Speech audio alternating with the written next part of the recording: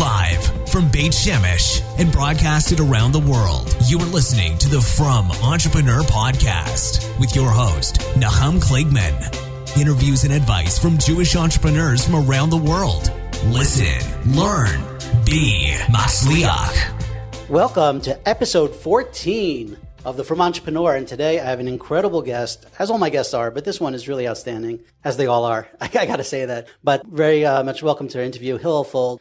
Those who may not know of him, you will one day. He is a rising superstar in the tech world, especially in the Anglo world in Israel. We're going to go a little bit into what he's doing now, what he's about. We have some really important, really great topics we're going to cover. So right now, Hillel is the CMO. His official position, or one of his official positions, is Chief Marketing Officer of Zula. And Hillel, welcome to the show. Maybe tell us a little bit about Zula. Sure. Thanks for having me. My official position is CMO of Zula, my only official position. I'm helping and trying to advise startups on the side or help the Israeli ecosystem, but definitely my main kind of focus is the CMO of Zula.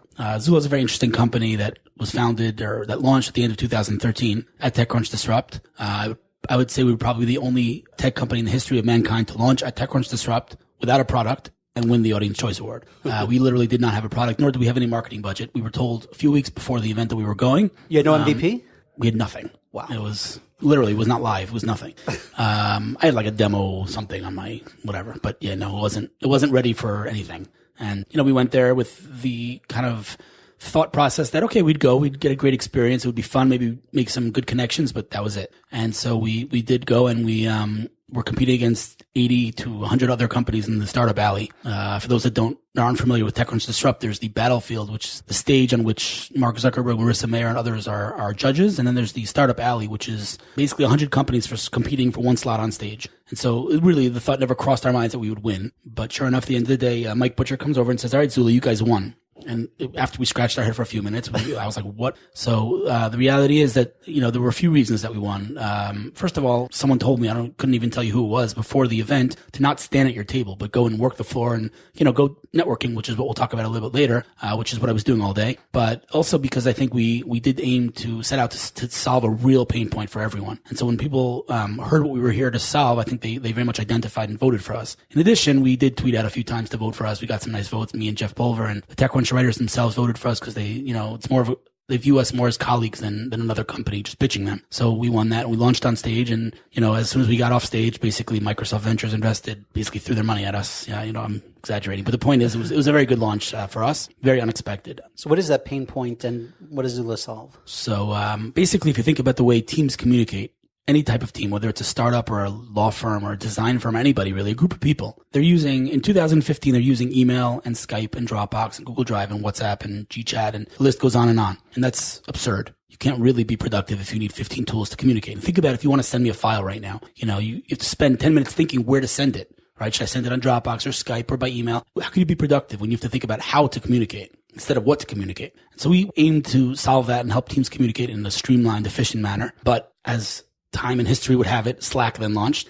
Slack was the founder, Stuart Butterfield, the founder of Flickr, and kind of a hot shot. And so they raised $120 million from Andreessen Horowitz, and they set out to make team communication more efficient, which sounded familiar to us. And we were like, in the beginning, we were like, okay, let's go head to head. And then we realized, listen. So the bottom line is Zula still exists. It's still in the App Store. We have tens of thousands of teams using us and loving it, and it's great. We did focus very strongly on brand and other things, and it's remaining in the App Store, but we are doing something very interesting in the next couple of weeks, kind of taking our core technology, and I don't want to use the P word, pivoting, but we are doing something in a different space. So stay tuned for that. It's a matter of a few weeks. We'll have a beta. Why don't you, we're not going to launch this episode for another week, so why don't you give us a little hint that our listeners know? Another week. We won't be live in another week, but the hint is that if you think about the way people share an opinion, everyone has an opinion, right? But to share that opinion, mostly Jews. Well, that's true too. But to share that opinion on we the have internet, two opinions. Yeah, is not so simple. There's a very strong barrier here stopping me from sharing my opinion. And this is a perfect example. We're podcasting. We have to be in the same room. You have to have all this equipment, right? And so, out of 100 people, you'll come over in the street and ask who here podcasts. Maybe one podcasts, even less. And so podcasting there's a big barrier there. And, even different forms, whether it's blogging or video content or even Meerkat, right? Meerkat's, and Periscope and all these live streaming apps, they're great. I love them. I just did a Meerkat here. But at the end of the day, again, if you ask 100 people, how many of you are comfortable going live on video? very, very small minority are comfortable doing that. And so we're going to hopefully fix that and enable people to actually communicate and share their opinion on the go, on the fly, with no barrier, basically. It's going to be really interesting. That sounds actually really cool, really great, and really needed. So kudos to that. So I've known you for a few years, but why don't you tell everybody about who you are, where you grew up, how'd you get to Israel, a little bit about Hillel Fuld, the person. So first of all, I didn't grow up, but I'm from New York originally. Whereabouts? Queens. Came to Israel when I was 15, pure Zionistic reasons. Your whole family moved Whole there? family, yeah. And I went through the normal kind of path of, I went to yeshiva, and this is a from audience, right? Yeah. I went to yeshiva in Jerusalem, and then I went to Hesder Karen B'Yavneh, then I went to Bar Ilan, and I studied political science, not because I wanted to be a politician, but because it was an interesting and relatively easy degree. So I did it. I enjoyed it, but I never, again, from crowds, I could say never had Havamina to be a politician, but I didn't know what I wanted. Don't. Right. I never knew what I wanted to do. And then one day someone recommended that I go check out technical writing. At the time, I had no idea what that was, but it's those people that write the documents that no one reads, basically. You buy a gadget, you get a little pamphlet with it that no one reads. Yeah, I was that guy. So I took a course in technical writing, Right Point in Jerusalem. It was a beginner's course. Right Point, who? That's Paula Stern. Paula Stern, yeah. Right. It was a beginner's course, and we were told, don't go thinking that you're a 10-year experienced technical writer right now. You're a beginner, and don't send your resume to irrelevant positions. Literally the day I finished that course, I saw the Converse company that invented voicemail, invented visual voicemail for the iPhone and many other things, was looking for a 10-year experienced technical writer. I was like, all right, I'm going to send my CV. What do I have to lose, right? And so I sent it in, and till today, I don't know why they even called me in, but they did. And they put me in front of a screen on which what they called an SME, a subject matter expert, an engineer, basically, is talking to me about the most complex things you can possibly imagine in a third English, a third Hebrew, and a third Russian, basically intended to intimidate me. You nailed it. But because I always loved mobile and technology, the things that he was saying were pretty second nature to me. And I was like, okay. So I answered those questions. We were supposed to answer questions. I answered questions, and they invited me in for a second interview and a third interview and a fourth interview. And I kid you not, a fifth interview. At the fifth interview, it was basically, dude, you are super ADHD. Can you really sit and write documents all day long? Now, between me and you and your audience, I didn't think I could. I was like, there's no way I can write this boring stuff. But I was like, this is an opportunity of a lifetime. So I said, of course, yeah. So I got that job. And the reality was they had no capacity to train me. It was not a trained, it was not a position to be trained. It was just jump in and start swimming. Right. And it was scary, very scary. But I learned to swim. But I also learned a few lessons over those couple of years that I was at Converse. Number one is I'm sitting at my desk one day, and I just finished my user guide, and I'm like, I love writing. I really genuinely love writing. I love tech. I'm like, you know what? This was 8 years ago. I'm going to start a blog. Now, today, that's much more mainstream and everyone has a blog, but then it was completely not mainstream. And so I was like, all right, whatever. I didn't have any commercial goals. I just started writing. Every day I'd come into work, I'd have my morning coffee and write something. Sometimes it would be 1,000 words, sometimes it would be 300 words, sometimes it would be a video, something, some content. And again, I did not have any goals to monetize this. It was not a business thing. It was more of a passion thing. But I would come into work every day and I would write. And this is the tech and marketing blog. Correct. And I quickly learned that I do indeed love writing about technology. I love writing, but not technical writing, but about technology. And I learned that technical writing is the most boring thing on the planet. And so there was mass layoffs at Converse, which I was zocha to be part of. And I say that with zero sarcasm because it's the best thing that ever happened to me. I was traumatized at the time. It was my first job. And my wife tells me I was a different person for a month. But had that not happened, and this is to all those people out there that, are maybe going through a rough time and looking for a job or just got laid off, it's hard to see the big picture now. But I'm telling you, if that had happened to me, I would never have gone into marketing. So anyway, that happened. Then I got recruited by a finance company. Now I'm allergic to numbers. Like I am the opposite of a finance guy. And so I said to the guy who recruited me, listen, I know nothing about finance. And he said, you'll learn about the actual subject matter, but we need you to write content. And so I took the job and I sat there for 30 days. And this is another important lesson. I literally sat there for 30 days and I just studied the industry. 30 days. I didn't do a thing. Day 31, I started writing articles about, then it's a word now that's already become a dirty word, but it was Forex. At the time, it was less of a dirty word. But so I started writing, day 31, 5 reasons Forex is not gambling, 5 reasons to trade, using a web platform. Different, very basic elementary content. Within a few weeks, I started getting emails from people around the world asking me what currency to trade. And I said, oh my God, what is going on here? And I just realized what hit me is that through content on the internet, you could actually brand yourself as an expert of anything. And I was not by any means an expert on Forex. I had very, very basic knowledge, but I started writing content. Consistent content every day. And so then it hit me. If I combine the two lessons, my passion for writing about tech, but really passion, not everyone's like, oh, I'm passionate about this, I'm passionate about that. Forget that junk. I mean, really, if you're not passionate about a startup or about tech, then don't bother. You really need that passion. So I combine that passion and the lesson of writing content on the internet helps you brand yourself, and the rest is history. So what happens after Forex? How long were you there writing for the company, and then you left? So I was there for 2 years, and then I'll never forget the day that Ziv Elul from Interactive, mobile advertising company, came to meet me and said, "What are you doing in finance? Come to mobile." And I was like, "Okay, that's a no-brainer." So I joined them as originally marketing manager, and he sat me down on the first day and he said, "All right, we have to reach 10,000 developers in 2011. How are you going to do that?" And he expected me to say SEO and PPC and online advertising and yada yada. And I said, "I'm going to start a blog for the company." And he's like, "What does that mean?" And I said, "I'm going to start a blog for the company, and I'm not ever going to talk about the company." And he was like, dude, he was like ready to kick me out of his office on day one. He was no idea what I was talking about. I said, "Just go with the flow. It's not the first time I'm doing this. I will, let's just give it a chance." Right. And literally within 4 months, this blog of this company in Petach Tikva is quoted on CNN Money as an authority in mobile advertising. Wow. Which is something that you couldn't even pay a PR agency to do. Right. A PR agency will get you coverage, but to be called an authority in mobile advertising can only be done through content. And so I would, come into work every day, like I said, make my coffee and just write about, the mobile advertising, or not actually the mobile advertising space, the mobile space. And the blog would reach sometimes 750,000 readers a month and was quoted on Tech Meme, alongside TechCrunch and The Next Web and, VentureBeat, the interactive blog. And it was getting ridiculous. And this was your name behind these articles? Was that part of it? The author was by Hillel, but it was an interactive blog. It was a company branded blog. Right. And, at the end of the day, it generated both brand awareness and just general branding, but also at the end of the day, we have a conversion funnel. So someone's reading it, just good content. We give them the opportunity to sign up and, download our SDK. It's not like we're working in an abyss and we're saying, no, don't convert. No, obviously. Content itself is objective content. But if I want to convert,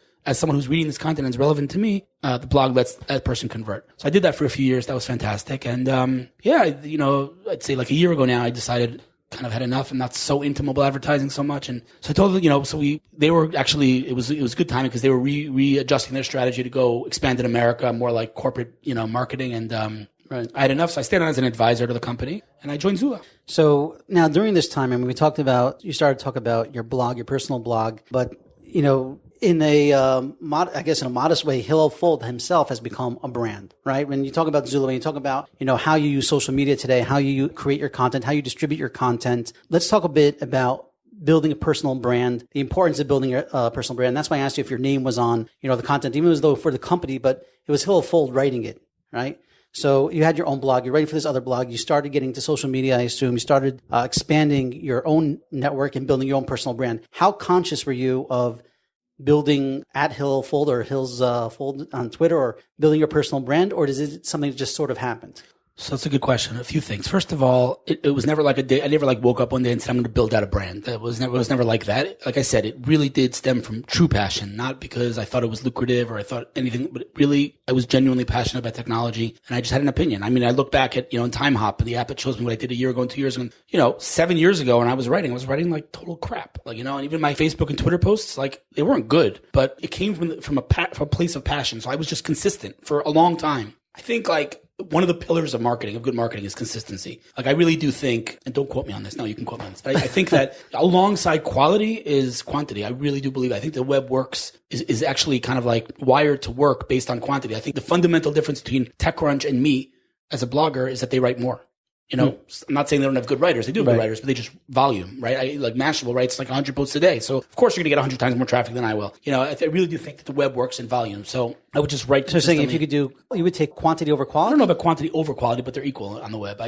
I'm, again, I don't, it really depends. Because I know Aaron Zakowski is very big into quality, even if it's just once a month, as opposed to a company blog. Yeah. So he, listen, far be it from me, he's an expert, but I disagree. Mm-hmm. I don't think if a blog post a month for a company blog will literally drive no traffic in my experience. And again, well, I guess it depends on what you're doing. If you're trying to build out your company, if you want something that your customers are going to come to and look at, you want to have that quality there. As depends what the goal of the blog is. Right. What is the goal of the blog? If the goal of the blog is to increase eyeballs and to get more traction and more traffic, then once a month is not enough. Is pretty much of no value, I think. Right. But anyway, so, it was over the years, but I think just kind of if we're talking on a more philosophical level, and that's not personal what I did, on a more philosophical level, I think that the kind of gap between personal branding and company branding is shrinking every day. And if you look at some of the biggest companies out there, the obvious example is Rackspace and Scoble, right? Why does Rackspace pay Scoble to take pictures of himself in the shower with Google Glass and to interview startups and to travel around the world? Why do they do that? They do that because he elevates the brand, right? The point is, I would never have heard of Rackspace had I not been following Scoble's content, right? And obviously, Guy Kawasaki did it for Apple back in the day, the evangelist kind of role.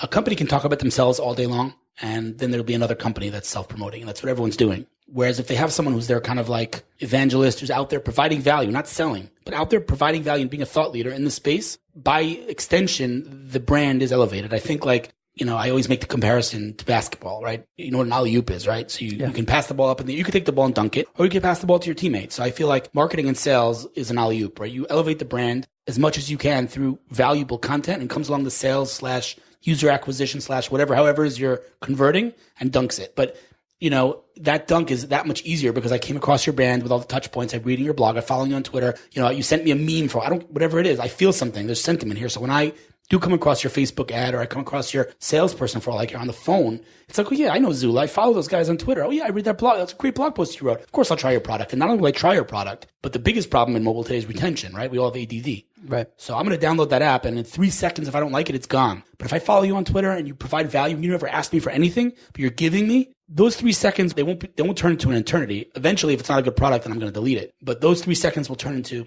30 seconds, 45 seconds. I'll give you more of a chance because I feel something to your brand. And that's really the concept. I think that people always ask me like, when do you tweet for Zula? When do you tweet for, I feel like they complement each other perfectly. If there's a personal brand involved in your company and the company brand kind of like complementing each other and like, Yeah, but when you're going out and you're interviewing a startup or you're at Gems and, you're showing another Gem steak, right? Or Gems beer or anything like that. Is that more the Hillel Fuld brand, or is that part of your job as CMO of Zula? I don't think there's a line there anymore. I think the line is blurred. So that's what I'm saying, because I think that's an incredible concept. I guess small companies are starting to do, like you mentioned, Rackspace and Zula and others, of having that evangelist out there that is making noise, that is gathering a following. Because what do you think when I'm sitting with you right now? Okay, I'm sitting with a startup, and a startup says to me, I'll just give you an example. A startup says to me, all right, here's my pitch. Pitches me the product, and I say, that is the worst pitch I ever heard. Here's your pitch, right? And he says to me, I say, who are your competitors? And he says, I have no competitors. And I'm like, all right, that's ridiculous. Here are your 50 competitors right now. He's like, holy crap, this Hillel guy knows his stuff. Right. What is subconsciously, what's he thinking, whether he realizes it or not, is Hillel represents Zula. What's this Zula thing? Right. And it works. This isn't like hypothetical. It works, right? This has been proven over and over again. Sure. But the point is, if you're out there providing value as opposed to selling, because people don't like salesmen, especially not on social and on Twitter. It's just not the culture. If you're overselling, then it's just, you're labeled a spammer. Whereas if you're providing value, you're giving good content about your space. I'm not talking about writing, if you're selling Barbie dolls, don't write about ballet, right? Write about your space. Be involved in your space. Be a thought leader in your space. But that is absolutely, in my opinion, the way to do marketing today is by providing value consistently, thereby elevating your brand so that the sales can come and dunk it. And I think that's genius. And I think that is really where things are going today. But just to point out differences, it's not Zula that's giving good content. It's a specific person, and whether it's Hillel Fuld with Zula or it's, Scoble with Rackspace or any other company out there, if you have that person, it's got to become, people sell to people and people buy from people. And you need to build that relationship, and having a specific person as you said, it's not a spokesperson, so to speak. No, not at all. It's an evangelist for the company that's going out, doing his thing, creating value, creating content, doing networking, which we're going to talk about in a minute. And then that is just automatically going to funnel up to the brand and company behind the person. Glide,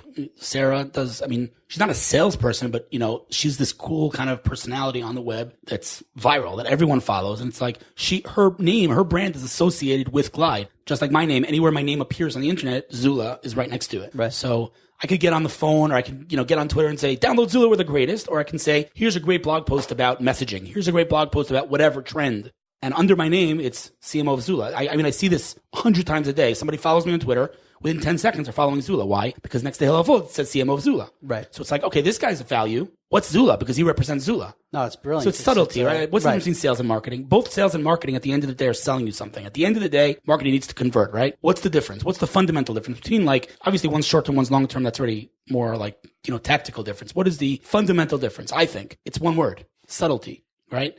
It's saying it without saying it. Sales is, here's a pair of sunglasses, buy it. Marketing is, here's a blog post about sunglasses. And by the way, I also sell sunglasses, right? It's about subtlety, which is, ironically, I would say not a coincidence, a word that does not exist in Hebrew, the word subtlety. Is that true? Yeah. The closest word is probably mi'udan, which doesn't exactly translate. And I think that that's not coincidence. Right. We are startup nation because we're doers and we don't play games, right? Right. In other words, someone once told me that the difference between an average American and an average Israeli is that, you ask an average American, what do you want to say on your tombstone?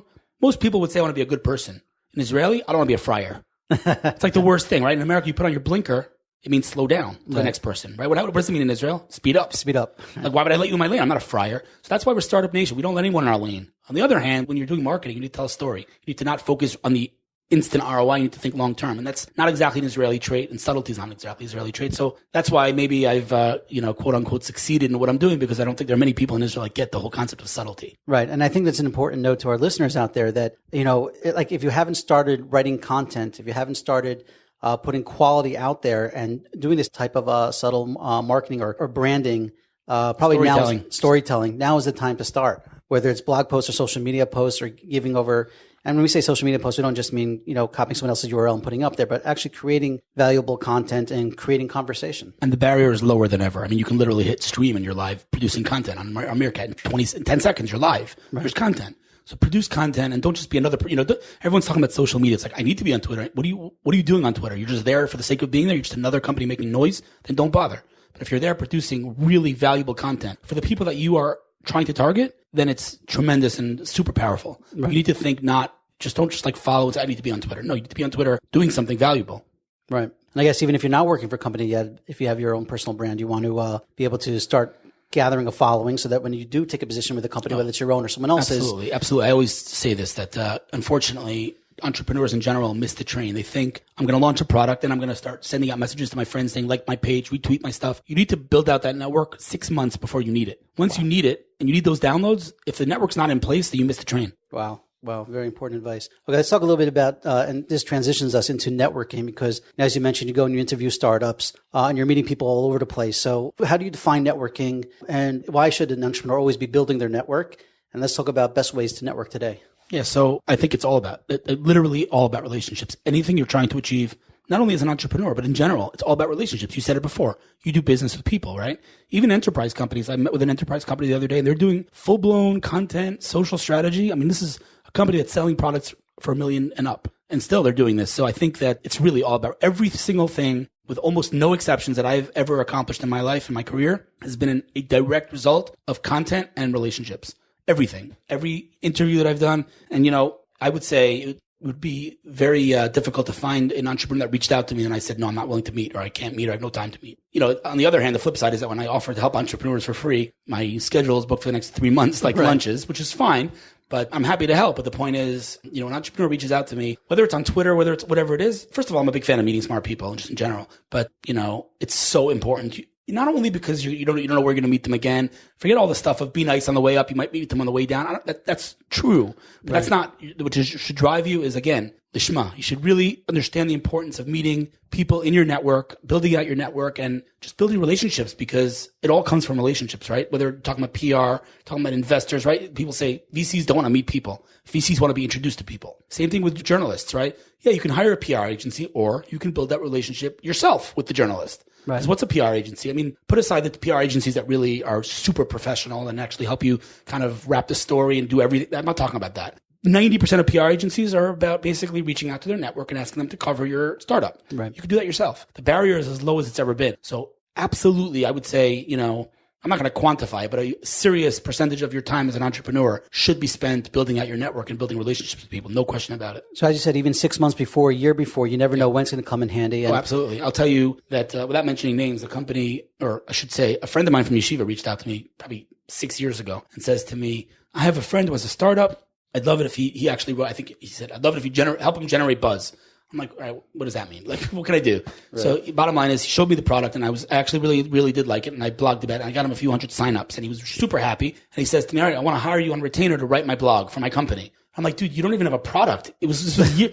Bottom line is this guy happens to be, a very wealthy individual. And he had the resources to, he was able to hire me before he had a product. But basically, once he flipped that switch on his launch, he had hundreds of thousands of users because he had built out that network 3 years before. Now, again, most startups can't afford to do that, but do not start building your network when you need the downloads. No one's, you open a Twitter account and say, oh, download my app. Who the hell are you talking to? No one's listening to you. Right. Spend 6 months building out that network by providing value so that when you do say, download my app, people hear you and listen to you.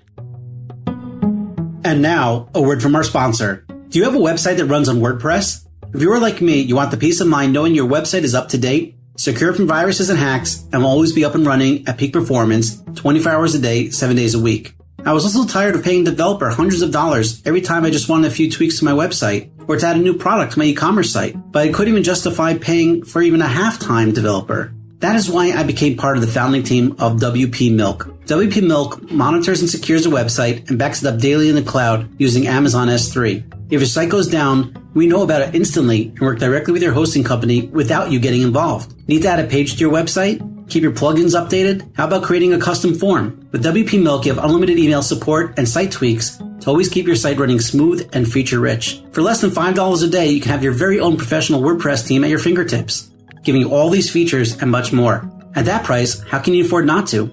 You have zero risk with our 30-day no questions asked money-back guarantee. So visit WPMilk.com right now and sign up for updates, and you will get a special discount on launch.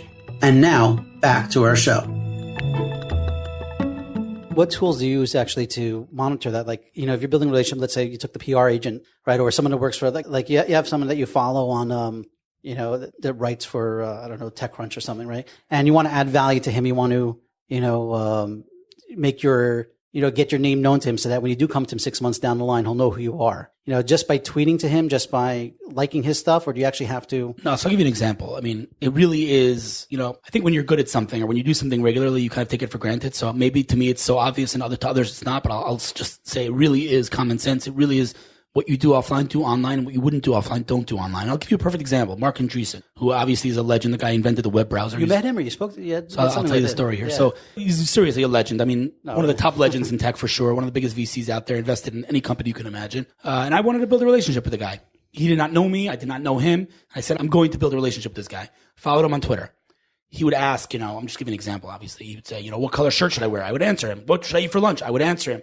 Is there a bubble? I would answer him. Just ongoing, just communication, building a relationship. Then sure enough, one day, I get a little notification, Mark Andreessen has followed you. Because I've engaged with him so many times and he already recognizes my avatar. And now I'm another person. He's like, okay, this is a human being. He's talking. He's nice. He's smart. Obviously, if you have no value to say, no value to add, then that's a different story. Right. He followed back. So then I reached out to him and I wrote him privately and I said, listen, Mark, I got to tell you, I'm a huge fan, blah, blah, blah, blah, blah. I've interviewed the following people. I would love to interview you. So he says, let's do it. I was like, all right, so I'll send you the email. I'll email you the question. He's like, no, let's do it on Twitter. I'm like, you mean like direct message, like privately message you the question? He's like, no, let's do it publicly. Now, when you interview Mark Andreessen publicly, that means probably millions of people are seeing it. Right. So I interviewed him. I shot him a question. He shot me the answer. I shot him the question. He shot me all public. It was that day I got more followers than ever.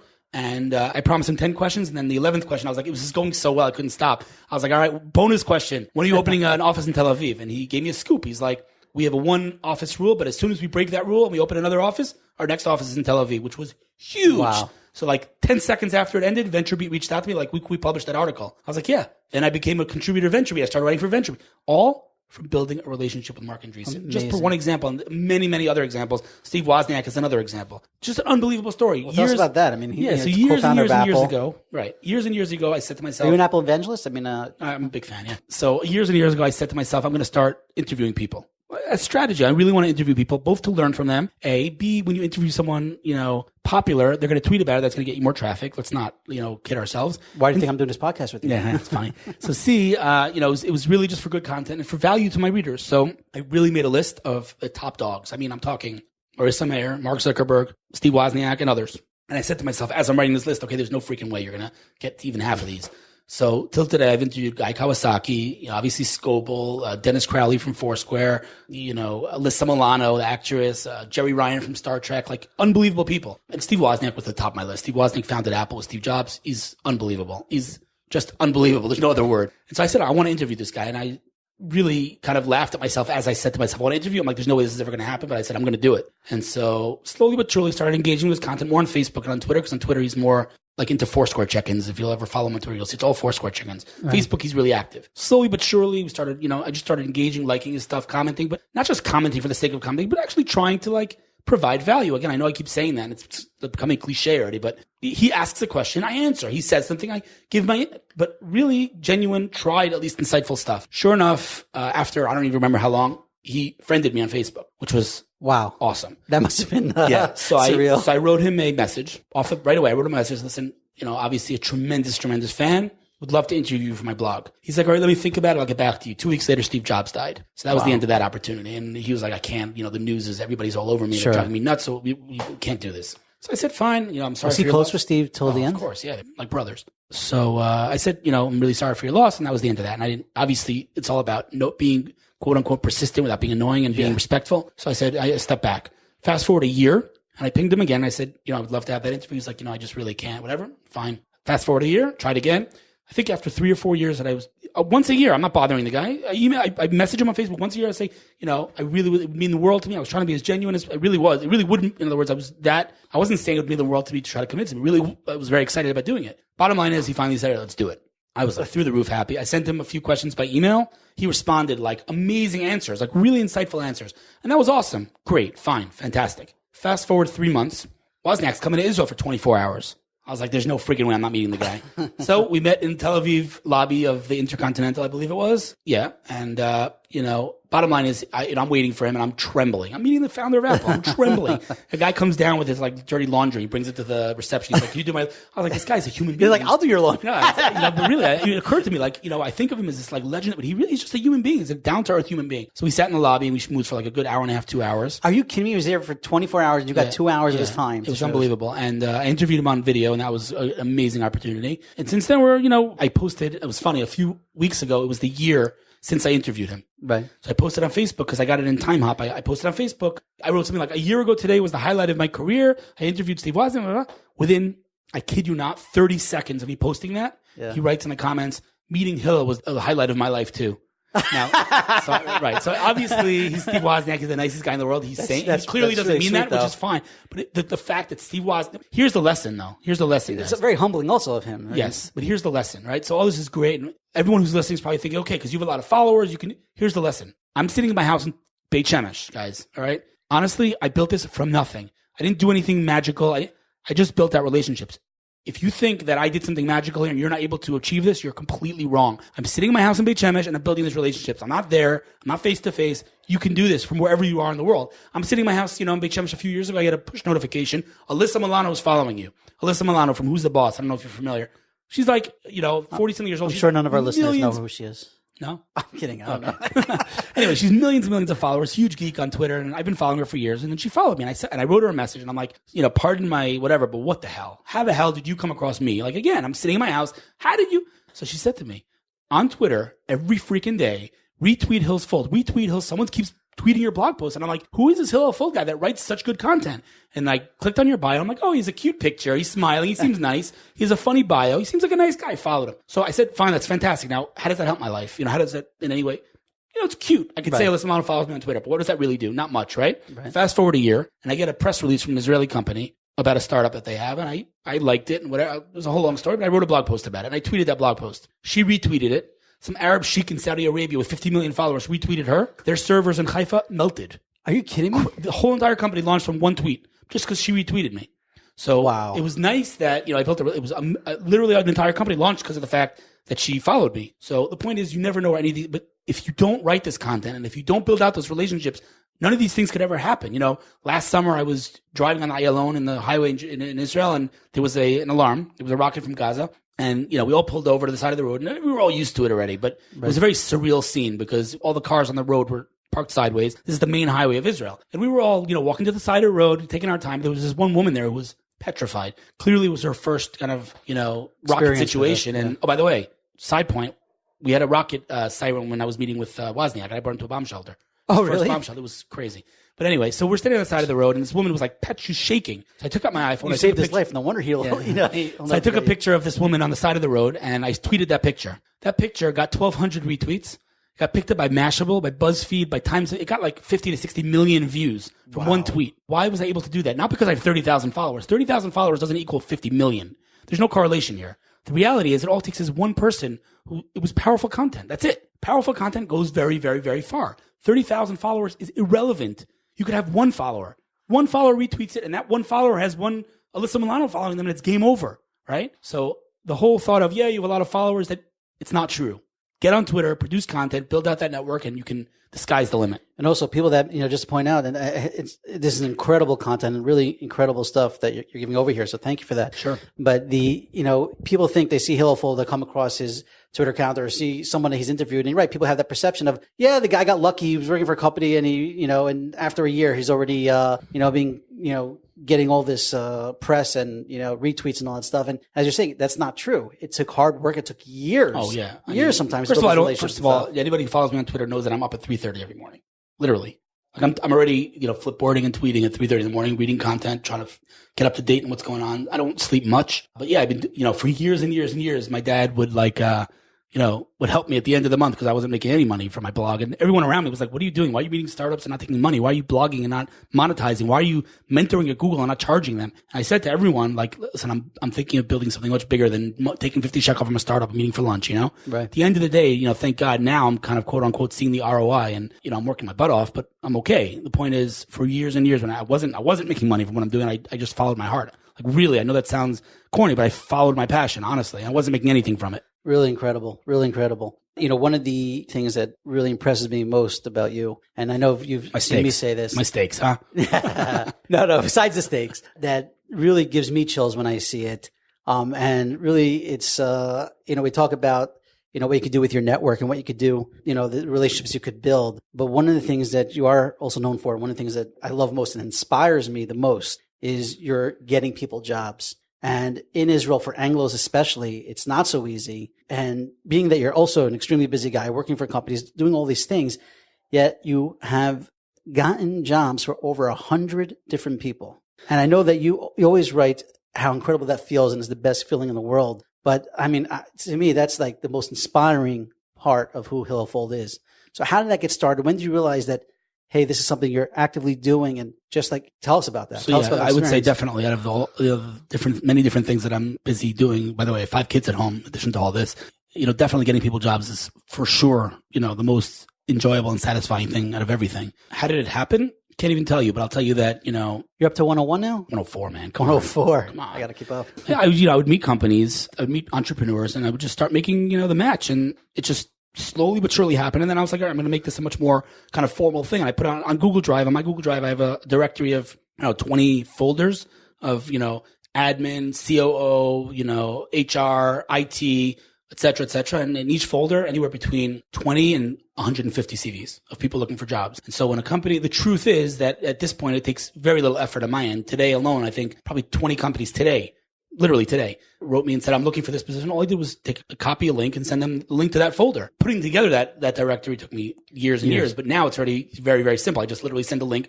say, you go through it. They say to me, I need a full stack developer. I'm like, listen, I don't filter down. I'm not a headhunter. I have my tech folder. It's all developers. Some of them are iOS, some of them are Android, some are full stacks.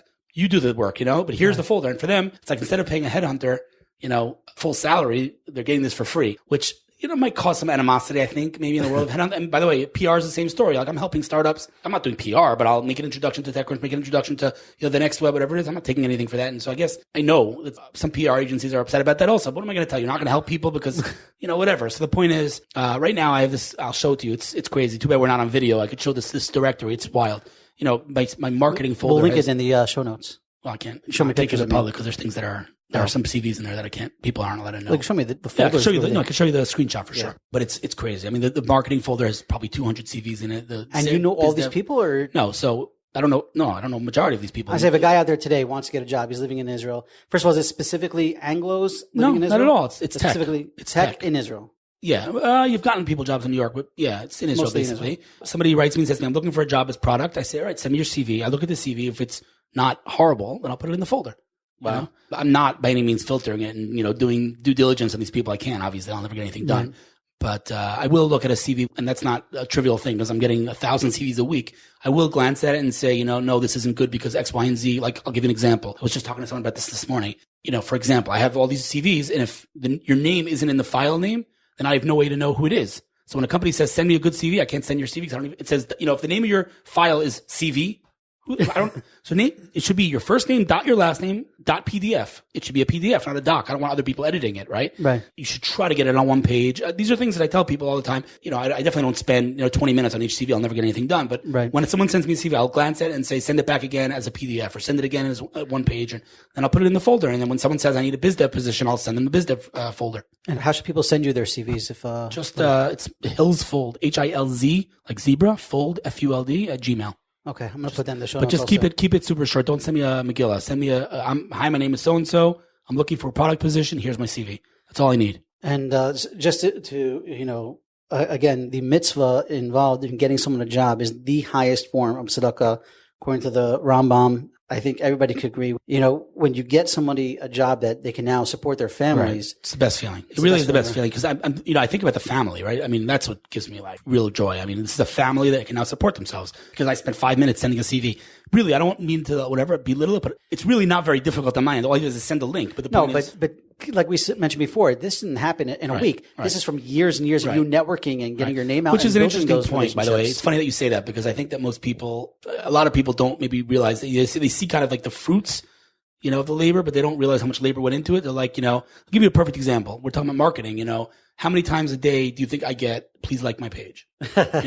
Why? Because they say, this guy has a big network. Let's, hitch a ride on his network. But what they're really saying is, in essence, what they're saying in essence is you spent all these years building out your network. I'm too lazy to do it myself. So just go spam your network now. Like, why would I like a page again about ballet when anybody who follows me knows that I'm not into ballet? They're going to realize in 2 seconds. Are you anti-ballet? Is that what you're saying here, Hillel? I don't know. I'm giving anything. But the point is, that really upsets me, to be honest. And I get that 100 times a day easily. It's crazy. And I actually wrote a blog post about that exact topic. I called it, "For the love of God, stop sending me your irrelevant Facebook page." And I send it to people every day. And they're like, "No, it's not irrelevant." I'm like, dude, just, don't ask people for likes. Give me a reason to like your content. That was the whole concept. I think Jared Morgenstern, him? He's sure. He's the one that I actually met him in Facebook about 10 years ago. He's the guy that came up with the like concept. Oh, did he? Yeah.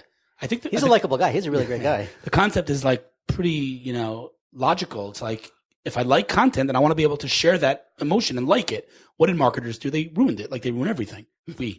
It's like what, I'm going to beg you for likes. No, give me a reason to like it. Give me some value and I'll click like. Right. Don't beg me for liking your crappy content. It's the opposite. That's what happens, Sure. Well, as we're winding down this interview, I mean, it's really been incredible content and it has really great stuff. But let's just ask, I'll have you here to ask you a couple more questions. One, what would you say is the best advice you've ever received, and from who? Best advice you ever received? Oh, wow. So I couldn't tell you from who because I don't remember who said it. I know you're supposed to say B'Shem Omro, but what's interesting, by the way? Yeah. We have a firm audience, right? Yes. So everyone quotes that. Who said it? Who said it? No one knows. Isn't that ironic? Pretty ironic, right? No, it's a Gemara. Yeah, but who said it? What's the name of the rabbi that said that? It's a Gemara. I know no one knows. Everyone says, no one knows who said it. Like, okay, really? Come on, people. So I don't even remember who said it, but I read somewhere. But I will tell you in a minute the best advice I ever got, and this is actually very relevant to your audience. But someone said, you have 2 ears and 1 mouth. Use them in that ratio. Listen twice as much as you talk.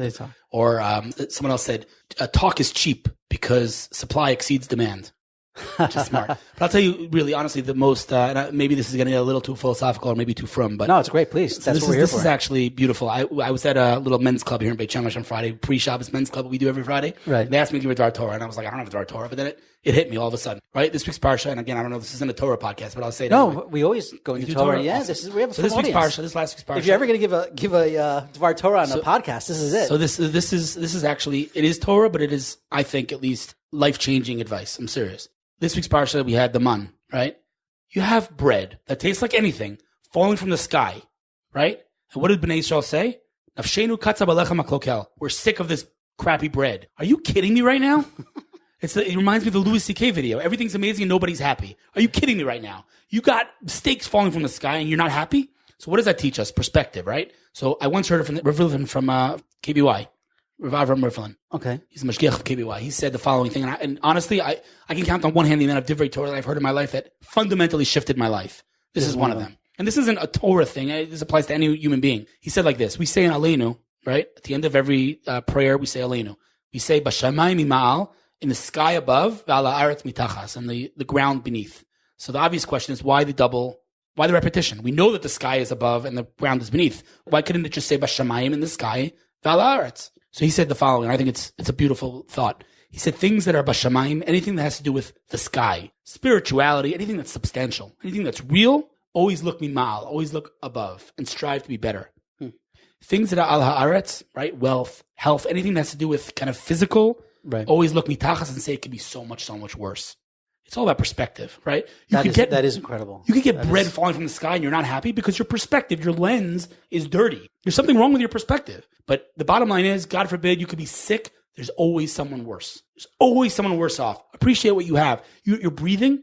Say thank you for that, right? On the other hand, you're trying to be a good person. There's always people out there that are doing unbelievable things. Look at them and say, I want to be better. So it's all about perspective. And I think that is probably the best advice I ever got. That's brilliant. That's actually fantastic. Really, I thought really so great. too. Yeah, no, I really like that. One more question. Sure. And actually, we have two more questions. One is a bonus question because I know you're into that. All right. But the last question before the bonus question is, what do you read? What books are you reading? What would you say is like the best book for an entrepreneur? Books, as in like physical books? As in, well, it could be on a Kindle, but I read Jobs. That was fantastic. I found that a very inspiring story. Yeah, I really like Jobs. The truth is, I don't have, unfortunately, much time to actually read books. Right. Because I'm always... So you never read marketing books? You're not into Seth Godin or any of these guys? I read Seth Godin's blog sometimes. Didn't Anderson have a book? I don't know. I didn't read Anderson's book. I read Gary's book. Gary Vaynerchuk. Which one? Both. Both of them. Right? Jab, right? Yeah. And Crush It. Crush It, yeah. He put out a third one, didn't he? No, he's not yet. Okay. I don't read that often books. Generally, I'm reading online content. I don't have time for extra, but I do have someone told me this week about a book I need to read and I can't even remember what it is right now. I don't remember what it is right now, but point is I should read more. That's the bottom line. I should read more. Maybe I should follow. If there's more time in your day, maybe. Yeah, I should follow Zuck's book club. Zuckerberg has a book. Yeah, does he? Does that, yeah.